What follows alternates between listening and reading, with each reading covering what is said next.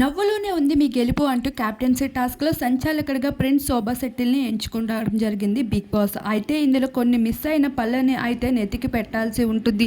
అలా ఒకరు నెతుకుతూ ఉండగా మరొకరు బెల్ మోగించాల్సి ఉంటుంది. ఇందులో సందర్భంగానే అమర్దీప్ పళ్ళను నెతగ్గా సందీప్ అయితే బెల్ని మోగించాల్సి ఉంటుంది. అయితే అమర్దీప్ పళ్ళన్నింటినీ కలెక్ట్ చేయకుండానే సందీప్ అయితే బెల్ని మోగించడంతో సంచాలకుడిగా వ్యవహరించిన ప్రిన్స్ అయితే దాన్ని ఒప్పుకోలేదు.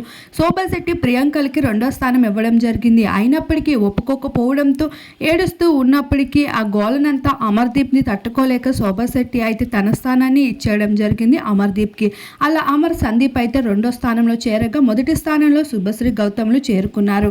అయితే పల్లవి ప్రశాంత్ శివాజీ వీరిద్దరు మొదటిగా బెల్ కొట్టినప్పటికీ ఆ స్థానాన్ని శుభశ్రీ గౌతములకి ఇచ్చి ఇక్కడ మాత్రం పల్లవి ప్రశాంత్ శివాజీలకి లాస్ట్ స్థానం ఇవ్వడంతో ఇక్కడ శివాజీ కూడా ప్రిన్స్ సంచాలకుడిగా వ్యవహరించిన తీరు బాలేదు అంటూ చాలా ఫైర్ అవుతూ కనిపించారు. ఇక ఇలా సంచాలకుడిగా తనకు రైట్గా ఉందామని ప్రిన్స్ చూసినప్పటికీ వీళ్ళ రచ్చకి మొత్తం కన్ఫ్యూజన్గా మారి అందులోని తెలుగు రాకపోవడంతో ఇలా వ్యవహరించినందుకు హౌస్మేట్స్ అందరూ తనపైన కోప్పడడంతో ఒక్కసారిగా ఏడుస్తూ కన్నీళ్లు పెట్టుకున్నాడు.